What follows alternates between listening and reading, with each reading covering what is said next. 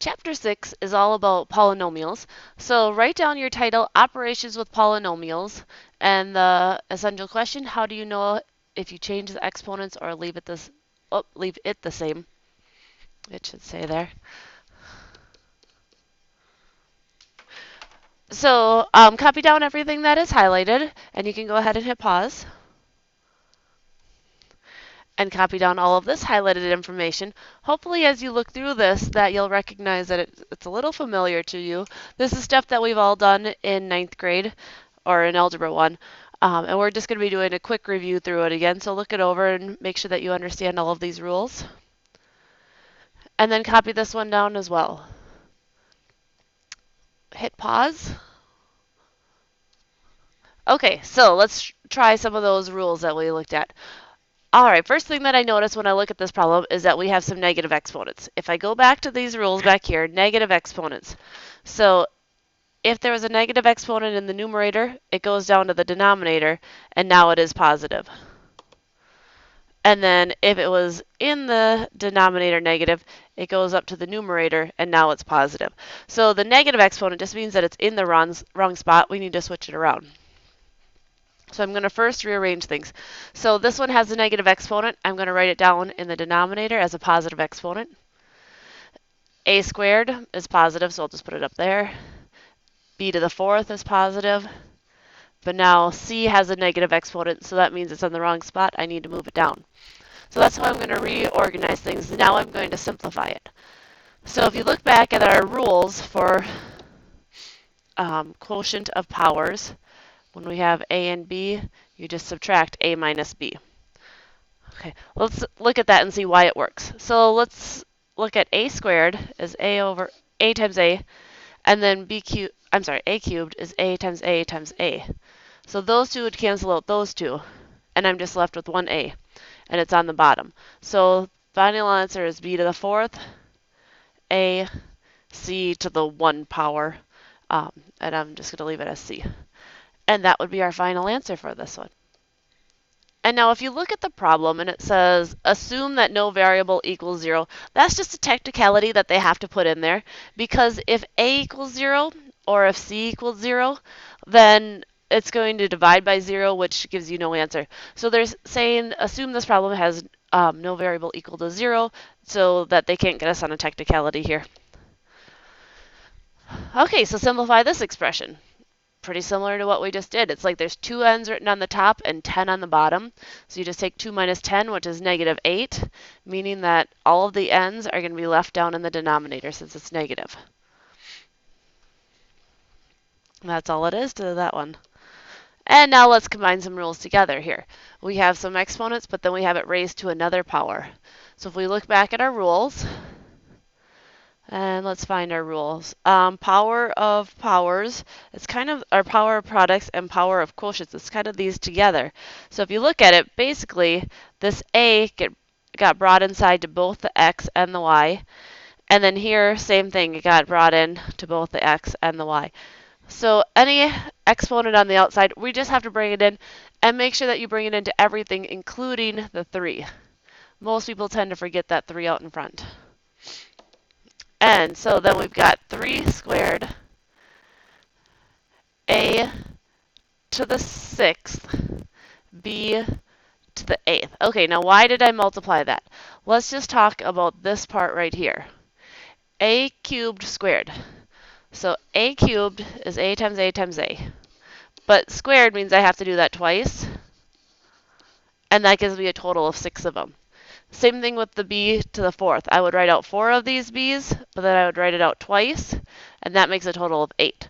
So when you have an exponent raised to another exponent, you multiply. Okay, all of our bases are different. We have a base of 3, a base of a, and a base of b, so that means we are done. All right, let's jump ahead to the next problem. Determine if it is a polynomial. Okay, so let's look back at our rules to see what polynomials are. And to understand polynomials, we first need to know what monomials are. So a monomial is a number, a variable, or an expression that is a product of one or more variables with non-negative exponents. Okay, and so when we look at this, we can talk a little bit more about things that it cannot be. So it can't have negative exponents, for example, like c to the negative 4. It couldn't have something like that. So that also means that it can't be 1 over c to the 4th, because that's really what that one is. Another thing that it can't have is it cannot have square root of c. Another thing that, let's see, is that the only thing? I believe that's the only thing that it cannot have. So because of this square root of c, it is not a polynomial. So we'll write that for our answer.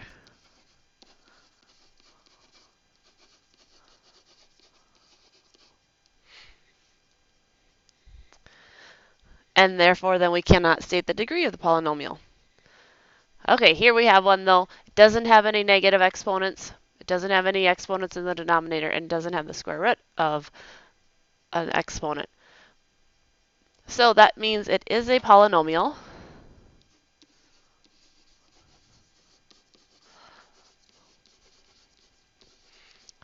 And then we have to state the degree. Okay, going back to our notes at the beginning again. Where is the degree? The degree of a polynomial is the degree of the monomial with the greatest degree. Okay, so basically what that means is how many exponents are in each monomial, and whichever one is the greatest. So this monomial has 5 exponents, or 5 variables. This one has a total of 9 variables. We've got 2 right here and 7 right there. So a total of 9. So the degree is 9. You just pick whichever one is larger. Okay, let's take a look at another one. So is this a polynomial? And about those rules that I talked about before, that right there makes it not a polynomial. So this is not a polynomial.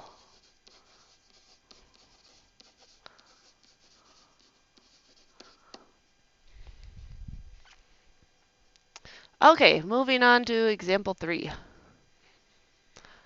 Now we're going to work with some polynomials a little bit. And we have one polynomial, and then we're subtracting a second polynomial.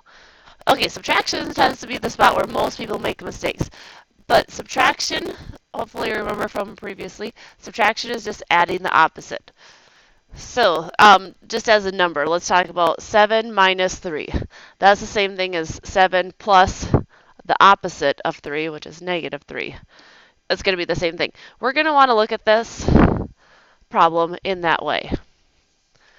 Okay, so I want to change this to adding the opposite numbers. So that's now going to be a negative a cubed, a positive a to the third, 3a, and then a negative 2. Another way that you could think about this is if I were to distribute this negative 1 in. So because positive, that's negative, that's positive, that's negative. It's the same idea. Now we're just going to be adding like terms together. So I've got 2a cubed and a negative a cubed, making just 1a cubed. Okay, let's just look at the a terms. 5a, now it's plus 3a, so that makes it 8a. And then the last one is 7 plus a negative 2 is negative 9. Okay, if we wouldn't have added the opposite, if we would have just looked at this, I would have taken 2 minus 1. It's like there's a 1 there. 2 minus 1, you get 1. And then I would have taken 5 minus negative 3. 5 minus negative is positive, so you get 8. And then you would take a negative 7 minus 2.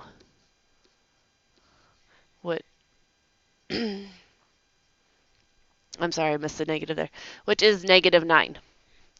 And so you're going to get the same answer either way. The thing is that most people, when they try to do it this way that I was just showing you, they tend to miss some of the negatives. They usually get the first one right, but then the second or the third one they get wrong.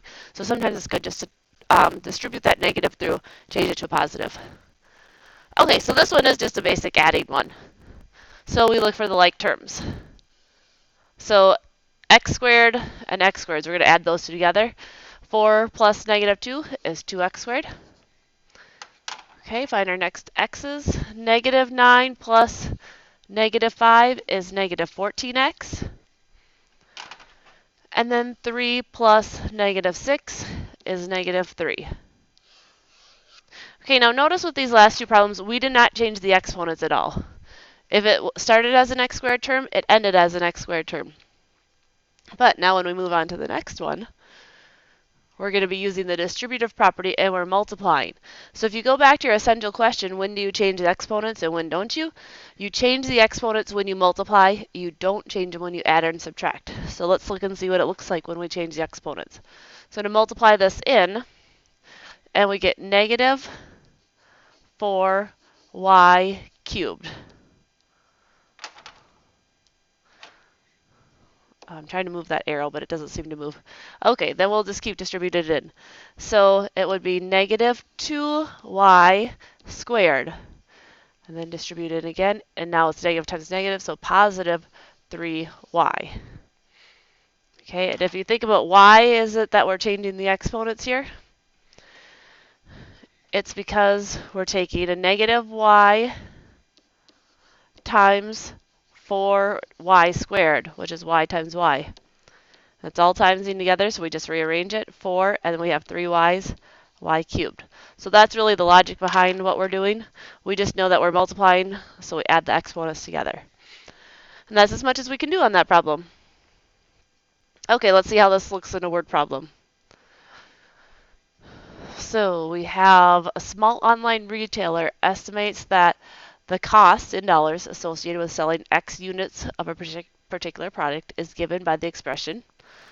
The revenue from selling X units is given by 10x. Write a polynomial to represent the profits generated by the product if profit equals revenue minus cost. Okay, well, revenue was just 10x. So I'll put that here. 10x minus the cost, which is this long equation.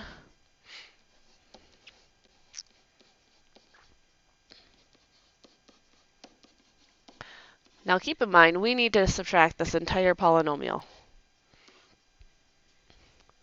So we're going to go 10x minus, and then, let's go through and, I'm sorry, let's not do that. Let's go through and change this to addition and change all of these signs. So we've got a negative, and then we've got these two to combine, 10x and negative 5 to just 5x minus 500. Now if they put this equation in, they could estimate it, what their profit is going to be, and try to figure out their highest point. All right, one last problem to look at. So how would we do something like this? This looks like FOIL, except for it's a 3x2. So you could use your box method, and some of you might choose to do that. But I'm going to just show it to you as distributed it through. So a squared times a is a cubed. A squared times 2a is 2a squared.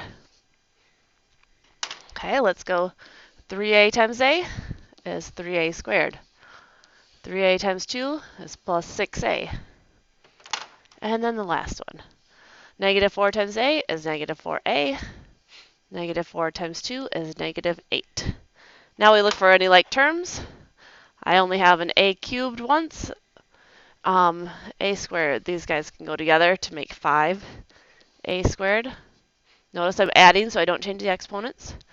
These guys can go together and make 2a, and then we just have the 8 left over there. So that is how we do that problem. Okay, that's the end of lesson 6.1. So you can go ahead and write your questions and summaries.